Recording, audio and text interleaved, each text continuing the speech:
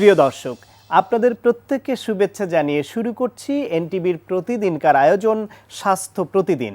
দর্শক, আজ আপনাদের সঙ্গে আছি আমি ডাক্তার সাখাওয়াত হোসেন। প্রিয় দর্শক, আজকের এই অনুষ্ঠানে আমরা আলোচনা করব যক্ষ্মা রোগের বিস্তার ও তার প্রতিরোধ নিয়ে।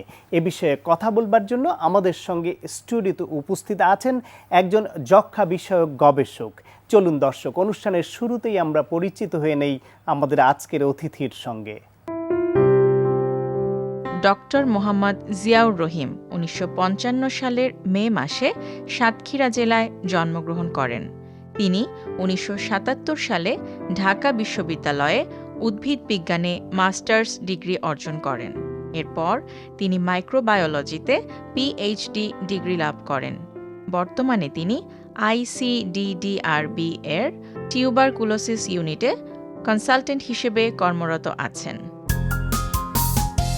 স্যার, আপনাকে আমন্ত্রণ জানাচ্ছি আমাদের অনুষ্ঠানে।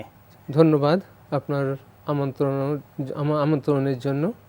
স্যার, এই যে যক্ষ্মা, এটা অত্যন্ত কমন রোগ এবং দর্শকরা অনেকেই জানেন যে যক্ষ্মা প্রধানত ফুসফুসে হয়, এছাড়াও শরীরের যে কোনো অংশে হতে পারে এবং এই যক্ষ্মায় মানুষ আক্রান্ত হয়, এই বিষয়টা আমরা অত্যন্ত পরিচিত এবং মানুষ থেকে মানুষে ছড়ায়।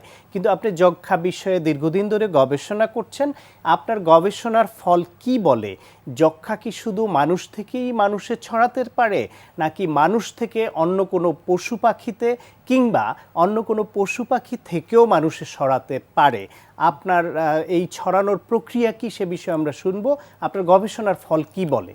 জি, ধন্যবাদ ডক্টর সাখাওয়াত। প্রিয় দর্শক, ডক্টর সাখাওয়াতের প্রশ্নের উত্তরে আমাকে বলতে হয়, আমার এই গবেষণা লব্ধ ফল থেকে বোঝা যাচ্ছে যে শুধু মানুষ থেকে মানুষ নয়, মানুষ থেকে পশু, গৃহপালিত পশু যেমন গরু, ছাগল, মহিষ, ভেড়া এবং গৃহপালিত মাংকি, বানর, সেগুলিও সাধারণত আক্রান্ত হয়ে থাকে। মানুষ থেকে এদের দেহে ছড়াতে পারে, মানুষের থেকে এদের দেহে ছড়াতে পারে এবং আক্রান্ত প্রাণীর থেকেও মানুষের কাছে আসতে পারে।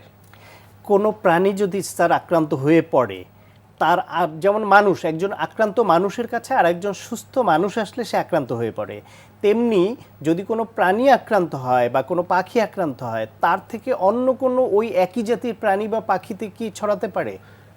অবশ্যই। যখন কোনো প্রাণী যেমন গরু, ছাগল, মহিষ যদি আক্রান্ত হয়, সেগুলো তাদের কাছাকাছি যে সমস্ত পশু প্রাণী আছে তারাও একই জাতের, তারাও আক্রান্ত হতে পারে এবং হয়েও থাকে। এই করে দেখা গেছে ইউরোপ এবং আমেরিকাতে কতগুলো ফার্ম একটার পর একটা ধ্বংস হয়ে গেছে এই যক্ষ্মা রোগের আক্রমণের কারণে। এবং ওই যে পশু বা পাখি আক্রান্ত হলো, এটা কি আমরা মানুষ হিসেবে আমরা কি বিপদমুক্ত, নাকি তাদের থেকে আবার মানুষও আক্রান্ত হতে পারে? আক্রান্ত প্রাণীর থেকে মানুষের কাছে অনায়াসে আসতে পারে। যারা যে সমস্ত পরিচর্যাকারী মানুষ আক্রান্ত প্রাণীর সঙ্গে কাজ করে, তারাই আক্রান্ত প্রাণীর থেকে যক্ষ্মা রোগ আক্রান্ত হয়। একে বলে জোনোসিস। জি, এই আক্রান্তর প্রক্রিয়া কি, সে বিষয়ে শুনবো আমরা। তার আগে একটু যদি বলেন, আপনি আইসিডিডিআরবিতে এই বিষয়ে গবেষণা করছেন, আপনার গবেষণা কি নিয়ে এবং তার ফলাফল কি? জি, আমি বিশেষ করে যক্ষ্মা নির্ণয়ের কাজ করি। সেই সঙ্গে সঙ্গে মানুষের যক্ষ্মার সঙ্গে সঙ্গে গরু এবং মাংকি বা অন্যান্য প্রাণীর যক্ষ্মা আছে কিনা এবং তার কোন ধরনের জীবাণু দিয়ে হয়, সেগুলো আমি গবেষণা করেছি। বিগত 2010 সাল থেকে আমার এই প্রাণীর উপরে গবেষণা পরিচালিত হচ্ছে এবং রয়েছে। সাধারণত আমরা জানি গরু এবং অন্যান্য প্রাণীতে যে যক্ষ্মার জীবাণু আক্রমণ করে সেগুলির নাম হচ্ছে মাইক্রোব্যাকটাম বোভিস, আর মানুষের সাধারণত আক্রান্ত হয় মাইক্রোব্যাকটাম টিউবারকুলোসিস দিয়ে। এটা সর্বজন স্বীকৃত। তো আমাদের দেশে কোনো কাজ না থাকার কারণেই আমি পোস্টমর্টম করা হয়েছে, গরু মারা গেছে এমন গরুর লাং থেকে যক্ষার জীবাণু আক্রমণ আইসোলেশন করেছি এবং সেখান থেকে দেখা গেছে সেগুলো মাইক্রোব্যাকটাম বোভিস নয়, মাইক্রোব্যাকটাম টিউবারকুলোসিস নয়। আমরা নূতন একটা জীবাণু এখানে পেয়েছি, তার নাম নূতন নাম দিয়েছি, তার নাম মাইক্রোব্যাকটাম অরাজিস। এটা একটা যুগান্তকারী গবেষণা বলে আমি বলবো, তার কারণ এই সাবকন্টিনেন্ট থেকে আমার গবেষণার থেকে এটা বের হয়ে এসেছে। এর আগে এটা ছিল বলে কারো ধারণাই ছিল এর না। আগে কোনো ধারণা ছিল না এবং কোনো জানাও ছিল না। জি, তো এই যে গবেষণা করছেন আপনি এবং ফল পেলেন, এর ফলে আমরা নিশ্চয়ই উপকার পাবো এবং এটা প্রতিরোধের জন্য নিশ্চয়ই কাজ হবে, সে বিষয়ে আমরা আশাবাদী। আপনি একটু আমাদের বুঝিয়ে বলবেন কি যে এই যে মানুষ থেকে পশুতে কিংবা এক পশু বা পাখি থেকে আর এক পশু পাখিতে কিংবা পশু পাখি থেকে আবার মানুষে, এই যে একটা সাইকেল, এটা ছড়ানোর বিস্তার লাভের যক্ষা রোগ ছড়ানোর প্রক্রিয়াটা কি, কিভাবে ছড়ায়?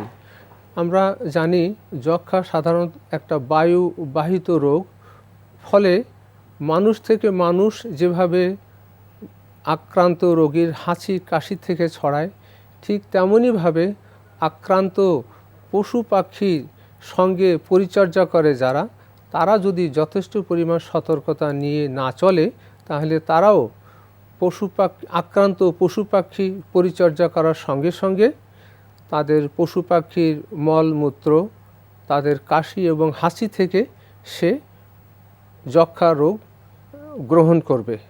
ফলে আক্রান্ত পশু পাখি যদি শনাক্ত করা যায়, সঙ্গে সঙ্গে সেগুলোকে সেই ফার্ম থেকে দূরে সরিয়ে ফেলতে হবে, বিশেষ করে চিকিৎসা দিতে হবে। সাধারণত প্রাণীর চিকিৎসা দেওয়া হয় না, এদের মেরে ফেলা হয়, সেটাই সহজ। মেরে ফেলে মাটিতে পুঁতে ফেলা হয়, তাহলে আক্রান্ত পশু পাখি থেকে কখনো মানুষ আক্রমণ করবে না এবং আক্রান্ত পশু পাখির একটা থেকে আর একটা সংক্রমণ হবে না। তো এই যে আমরা তো একটা আতঙ্কে থাকি, বিভিন্ন রোগ জীবাণু যখন হয়, বিশেষ করে গরু বা মুরগি এরা যখন আক্রান্ত হয়, তখন এর মাংস খাওয়া নিয়ে আমাদের মধ্যে একটা ভয় কাজ করে যে এরকম আক্রান্ত গরু বা মুরগি বা এদের মাংস খেলে আমরাও আক্রান্ত হয়ে পড়ব কিনা। সেই ক্ষেত্রে আপনি বলছেন যে পশু পাখি থেকে তাদের হাঁচি কাশি বা সংস্পর্শে গেলে একজন মানুষ আক্রান্ত হতে পারে, ঠিক আছে, ওই মাংস খেলে কি কেউ আক্রান্ত হতে পারে? এখানে একটা আশার বিষয় এইটা, যিনি মাংস হাত দিয়ে নাড়াচাড়া করবেন উনি আক্রান্ত হতে পারেন। ফলে যদি এটা জানা যায় আক্রান্ত প্রাণীর মাংস, সেটা যথার্থভাবে সতর্কতার সঙ্গে হ্যান্ডেল করতে হবে এবং রান্না করার পরে এই জীবাণু আর মাংসে বেঁচে থাকে না। ফলে আশার বিষয় এইটা যে যদি ভালো করে রান্না করা হয়, তবে আক্রান্ত প্রাণীর মাংস খেলে কারো অসুখ হওয়ার, যক্ষা হওয়ার কথা নয়। ওই জীবাণুটা মরে যায়, অবশ্যই মরে যায়। ফুটন্ত 100 ডিগ্রি সেলসিয়াসে যদি ফুটানো হয়, রান্না যেভাবে করি আমরা, তাতে জীবাণুটা মরে যায়। জীবাণুটা মরে যায় এবং সেটা ঝুঁকি মুক্ত হয়ে গেল। তাহলে এইটা প্রতিরোধ বা এটা থেকে মুক্ত থাকার উপায় যদি আপনি বলেন যে মানুষ থেকে পশুতে যাতে না ছড়ায়, সেই জন্য আক্রান্ত মানুষদের ওই পশুর পরিচর্যা করতে যাওয়া উচিত কিনা, বা করলে গ্রামে গঞ্জে গরু পালন তো অনেকেই করেন, তাকে করতে হয়, তার কি পদ্ধতিতে কি কি সতর্কতা নিতে হবে যাতে তার থেকে গরু ছাগল বা মুরগিতে না ছড়ায়, আবার গরু ছাগল থেকেও যাতে অন্য গরু ছাগল বা মুরগিতে না ছড়ায় এবং মানুষে না আসে, পর্যায়ক্রমে 3টে স্টেপে আপনি কি সতর্কতা নিতে বলবেন? ধন্যবাদ ডক্টর সাকুয়াত। এই পর্যায়ে আমি বলবো, আক্রান্ত যদি কোনো মানুষ হয়, তাকে কোনো মতেই সুস্থ প্রাণীর সংস্পর্শে আসতে দেওয়া উচিত না। যদি কোনোভাবেই তাকে আসতে হয়, তাকে যথেষ্ট পরিমাণ সতর্কতা মেনে চলতে হবে। মাস্ক পরিধান করতে হবে, মাস্ক পরবেন উনি, এবং যত্রতত্র উনি কফ থুতু ফেলবেন না, তাহলে ওই পরিচর্যাকারী প্রাণী ওনার কাছ থেকে আক্রমণ করবে না। দ্বিতীয়ত, যদি আক্রান্ত প্রাণী হয়ে থাকে, সেখান থেকে মানুষ অনায়াসে রোগ গ্রহণ করতে পারে, সেইটার নিবারণ করার জন্য প্রত্যেকটা ফার্মে ডাক্তার থাকা উচিত, পশু চিকিৎসক থাকবে। পশু চিকিৎসকগণ যথাসময়ে তার পশুগুলির স্বাস্থ্য পরীক্ষা করবেন এবং যেগুলো যক্ষা আক্রান্ত সেগুলো ফার্ম থেকে সরিয়ে ফেলবেন, বিশেষ করে মেরে ফেলে পুঁতে ফেলতে হবে। এবং যদি এটাই হলো সবচেয়ে ভালো উপায়, তাহলে আর এক পশু থেকে আর এক পশুতে সংক্রমণ হতে পারবে না, পশুর থেকে মানুষও আসতে পারবে না। আপনি বলছিলেন মাংস আক্রান্ত গরু বা মুরগি বা ছাগল প্রসেসিংয়ের সময় মাংস যারা প্রসেসিং করেন বা রান্না করবেন, রান্নার আগ পর্যন্ত এর দ্বারা মানুষ আক্রান্ত হতে পারে, কিন্তু সব সময় তো আমরা আগেই বুঝতে পারবো না যে এটি আক্রান্ত কিনা, সেই ক্ষেত্রে সতর্কতা কি? সতর্ক হলো, মাংস যখন আমরা জানি যে যক্ষ্মার জীবাণু থাকতে পারে, ফলে মাংস হাত দেওয়ার পরেই রান্না করা হলো, সেই সঙ্গে সঙ্গে যথেষ্টভাবে ভালো করে হাত ধুয়ে ফেলা। তাহলে আর হাত দিয়েই সাধারণত সম্ভব হলে হাতে গ্লাভস পরা, এবং যারা মাছ স্কেলে এগুলি হ্যান্ডেল করবে, যেমন কসাই, তারা তাদের স্বাস্থ্যের জন্য মাস্ক পরবে, গ্লোভস পরবে এবং পার্সোনাল প্রোটেক্টিভ ইকুইপমেন্টগুলি ব্যবহার করবে। দরকার হলে, যদিও আমাদের দেশে সম্ভব কিনা জানি না, তাদের ড্রেস পরা উচিত, গাউন পরা উচিত, গ্লোভস পরা উচিত, মাস্ক পরা উচিত, তাহলে আর সংক্রমণ হবে না। আমরা আশা করছি আপনারা এই কথা শুনবেন এবং এই নিয়ম মেনে চলবেন, প্রত্যেকেই নিজেকে রক্ষা করবেন। আপনাকে অনেক ধন্যবাদ স্যার। আপনাকেও ধন্যবাদ ডক্টর সাখাওয়াত। প্রিয় দর্শক, আমরা শুনছিলাম যক্ষ্মা মানুষ থেকে প্রাণীতে এবং প্রাণী থেকে মানুষে কি করে বিস্তার লাভ করতে পারে এবং তা প্রতিরোধের জন্য করণীয় কি, সে বিষয়ে একটি গুরুত্বপূর্ণ আলোচনা। আশা করি আপনাদের কাজে লেগেছে। আজকে আমরা ব্যায়ামটা করব, এটার নাম হচ্ছে ফ্রন্ট কিক। ফ্রন্ট কিক হচ্ছে অনেকটা কিক অ্যারোবিক্সের মুভ, মানে কিক করা। অনেকে ভাবছেন যে কিক করলে আর কি হয়। কিক করলে অ্যাকচুয়ালি যেটা হয় যে ব্যালেন্স বাড়ে, পাওয়ারটা বাড়ে এবং পায়ের কাজগুলো হয় জন্য কোনো হিপ থাই কমাতে গেলে খুব হেল্প করে। তো এটারই বিভিন্ন রকম ভেরিয়েশন আছে যে আপনি কখন কিভাবে ইউজ করবেন কিককে, যে কখনো বার্নের জন্য ইউজ করবেন, কখনো টোনের জন্য। টোন বলতে শেপিংয়ের জন্য। অনেকে ফ্যাটটা বার্ন হয়ে যাওয়ার পরেও দেখা যাচ্ছে যে শেপ হয় নাই, হ্যাঁ, গঠনটা ঠিক মতো হয়নি, তখন আমরা শেপিংয়ের জন্য সেই একই কিক কীভাবে ব্যবহার করব। এবং লাস্টলি দেখব যে খুব কুইক, অল্প সময়ে কত দ্রুত আপনি যদি ফ্যাটটা বার্ন করতে চান, তখন এই কিকটাই আপনি কিভাবে করতে পারেন। এখানে আমাকে 3টা লেভেলে হেল্প করবে লামিমা, শম্পা, লিও। ওকে, বিগিনারে হচ্ছে লামিমা, ওকে, কাম বেসিক অ্যান্ড ডান পা দিয়ে শুরু করো। And 1, yes, and 2, 3 and 4। যখন হচ্ছে যে ও যখন করছে কিকটা, পাটা তুলতে হচ্ছে যখন, তখনই কিন্তু আলটিমেটলি কোয়ার্স মাসলটা কাজ করছে। আরেকবার পা তোলো, হ্যাঁ, যতটুকু তুলতে পারবে বেশি ততটুকু, তখন দেখা যাচ্ছে কি পেটের কাজটাও হচ্ছে। আরেকবার করো কিক, হ্যাঁ, অ্যান্ড কিক। তো যখন আমরা দেখছি যে যখন পাটা তুলছে সে, তখন কোয়ার্স মাসলটা তো কাজ হচ্ছে, এবং আরেকবার দেখি পাটা তোলার পরে লোয়ার অ্যাবসের কাজটা খুব ভালোভাবে হচ্ছে।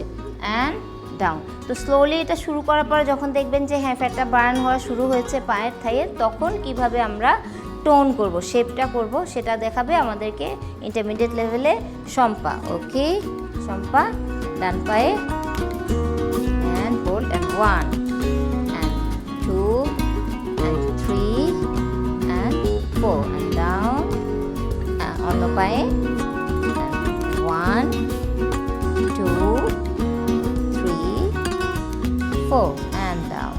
দেখতে মনে হচ্ছে যে এটা সহজ, আসলে যখন একটা পায়ে দাঁড়িয়ে থাকছেন উনি, তখন ব্যালেন্সের একটা প্র্যাকটিস হয়ে যাচ্ছে।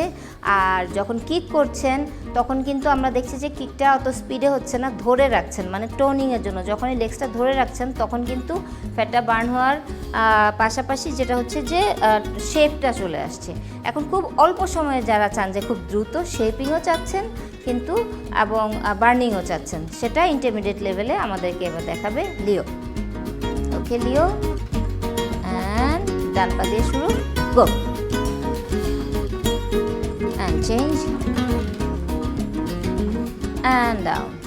সো আমরা দেখছি যে হ্যাঁ এখানটায় ও যেটা করেছে, যে কিকটা করছে, ব্যালেন্সও আছে কিন্তু ফাস্টার পেসে করছে, এবং চেঞ্জের সময় জাম্প করে করছে, তখন ক্যালোরিটা আর একটু বেশি বার্ন হচ্ছে। এর থেকে কিন্তু আরেকটা 2টো লেভেল আমরা করতে পারি, আরও কিছু লেভেলে বার্ন হচ্ছে, যার একটু চ্যালেঞ্জিং ওয়েতে করতে গেলে তখন কিভাবে করতে হবে। ওকে, লিও দেখাও, অ্যান্ড গো, 5 6 7 8 অ্যান্ড ডান। মানে কিকটাই করছে, কিন্তু কোনো এখানে কোনো স্টপ হচ্ছে না, এবং অ্যাট দ্য সেম টাইম যতটুকু করে পারে সেরকম করে করছে। ফাইন। তো আমরা দর্শকদের সুবিধার জন্য যেটা করব যে আমরা আরেকবার প্রতিটা মুভি দেখব, যেন দর্শকরা বুঝতে পারেন যে ওনারা কোন লেভেল থেকে শুরু করবেন। ওকে, অ্যান্ড 1, ওকে, অ্যান্ড 2, অ্যান্ড ডান। ওকে। আর যাদের হাঁটুতে ব্যথা আছে তারা যেটা খেয়াল করবেন যে একদম আস্তে শুরু করবেন এবং জাম্পটা বুঝে শুনে করতে হবে। আমি বলবো প্রথম দিকে অ্যাভয়েড করাই ভালো। যখন বুঝতে পারবেন যে না হাঁটুর ব্যথাটা কমে এসছে বা ডক্টরের সাজেশন নিয়ে তবে জাম্প মুভে যাবেন, এর আগে বেসিক মুভগুলোই করবেন। প্রিয় দর্শক, আমরা জানি কলা অত্যন্ত পুষ্টিকর একটি ফল। চলুন এই বিষয়ে একজন পুষ্টিবিদের কাছ থেকে জেনে নেই কলা কতটা খাবেন, কেন খাবেন। আমাদের দেশের জন্য কলা খুব সহজলভ্য একটি খাবার। কলা হচ্ছে উচ্চ ক্যালোরি সম্পন্ন ফলগুলোর মধ্যে অন্যতম। 100 গ্রাম কলা থেকে আমরা প্রায় 90 কিলো ক্যালোরি পেয়ে থাকি। এছাড়াও কলাতে খুব ভালো অ্যামাউন্টের হেলথ বেনিফিটিং অ্যান্টিঅক্সিডেন্ট, ভিটামিনস এবং মিনারেলস থাকে। খুব সহজপাচ্য এই ফলের সুক্রোজ এবং ফ্রুক্টোজ আমাদের ইনস্ট্যান্টলি এনার্জি রিপ্লেনিশেস করে থাকে এবং আমাদের বডিকে রিভাইটালাইজ করে থাকে। আর এই জন্যই কলার এই কোয়ালিটির জন্য দেখা যায় যে অ্যাথলেটস যারা থাকে বা যারা খেলাধুলা করে থাকে তাদেরকে ইনস্ট্যান্ট এনার্জির জন্য কিন্তু এই কলা আমরা দিয়ে থাকি। এছাড়াও আন্ডারওয়েট চিলড্রেন যারা থাকে তাদেরকে ট্রিটমেন্টের একটা পার্ট হিসেবে আমরা এই কলা সাপ্লিমেন্ট ফুড হিসেবে দিয়ে থাকি। কলাতে খুব ভালো পরিমাণে আঁশ থাকায় এটা আমাদের কনস্টিপেশনের প্রবলেমকে দূর করতে সাহায্য করে। এছাড়াও এটি এজিং এবং ভ্যারাইটিস ডিজিজ প্রতিরোধ করতে সাহায্য করে থাকে। কলাতে আমরা যে ভিটামিন B6 পেয়ে থাকি সেটি কিন্তু অ্যানিমিয়া এবং নিউরাইটিসের ট্রিটমেন্টের ক্ষেত্রে একটা ইম্পর্ট্যান্ট রোল প্লে করে থাকে। এছাড়াও এটি আমাদের বিভিন্ন নার্ভাস সিস্টেমের ক্ষেত্রেও কিন্তু কাজ করে থাকে। কলাতে প্রচুর পরিমাণে আমরা ভিটামিন C পেয়ে থাকি। এটি আমাদের বডির যে ইনফেকশাস এজেন্ট এবং হার্মফুল অক্সিজেন ফ্রি রেডিকেলসগুলোকে কাজ করে থাকে এই ক্ষেত্রে। এছাড়া কলাতে প্রচুর পরিমাণে ম্যাগনেসিয়াম রয়েছে, যেটি আমাদের বডির ক্ষেত্রে বিভিন্ন সেলের প্রোটেকশনের ক্ষেত্রেও কিন্তু কাজ করে থাকে। ফ্রেশ কলা থেকে আমরা প্রচুর পরিমাণে পটাশিয়াম পেয়ে থাকি।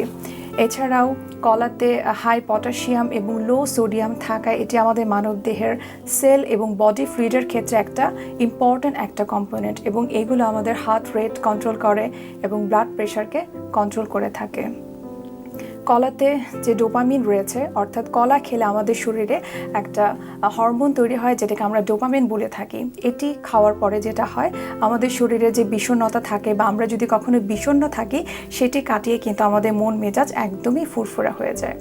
এছাড়াও কলাতে যে অ্যান্টিঅক্সিডেন্ট ফেনোলিক রয়েছে সেটি আমাদের কিডনি ক্যান্সারকে দূর করে থাকে।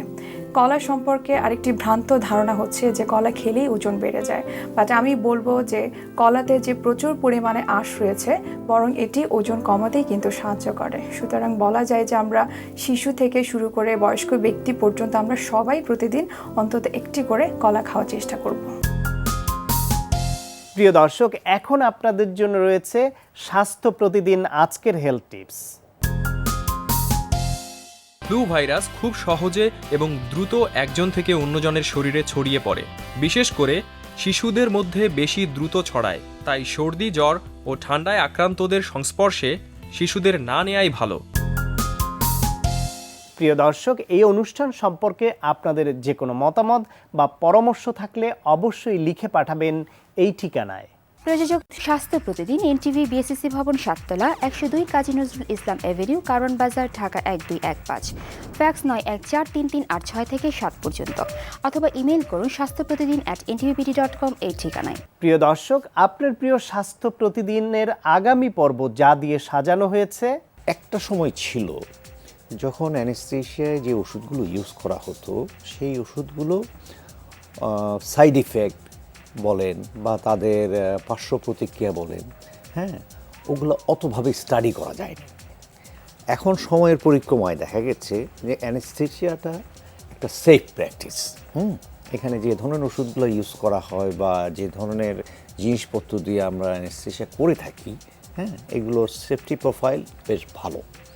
হ্যাঁ, এখন শুধু অ্যানেস্থেশিয়া না, অ্যানেস্থেশিয়া চলাকালীন সময়ে একটা পেশেন্টের যে মনিটরিং, তার শরীরের অঙ্গ প্রত্যঙ্গগুলো কীরকম কাজ করছে, হার্টবিট, ব্রেইন ওয়েভ, তার কিডনি, তার ফুসফুস, সবগুলো জিনিস আমরা মনিটরে দেখতে পারি।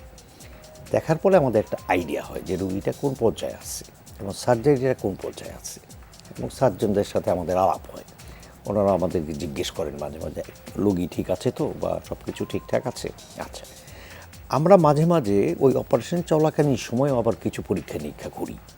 হ্যাঁ, যদি আমাদের কিছু সন্দেহ থাকে, সাথে সাথে আমরা কিছু পরীক্ষা নিরীক্ষা করে বুঝতে পারি এই রুগীটা কোনো অসুবিধা হচ্ছে, ওই হিসাবে আমরা আবার তার ট্রিটমেন্টটা দিই।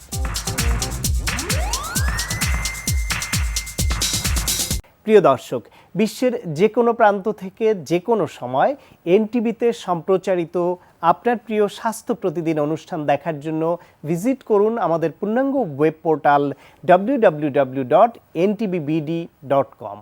দর্শক, আজ এ পর্যন্তই। সবাই ভালো থাকুন, সুস্থ থাকুন এবং নিরাপদে থাকুন।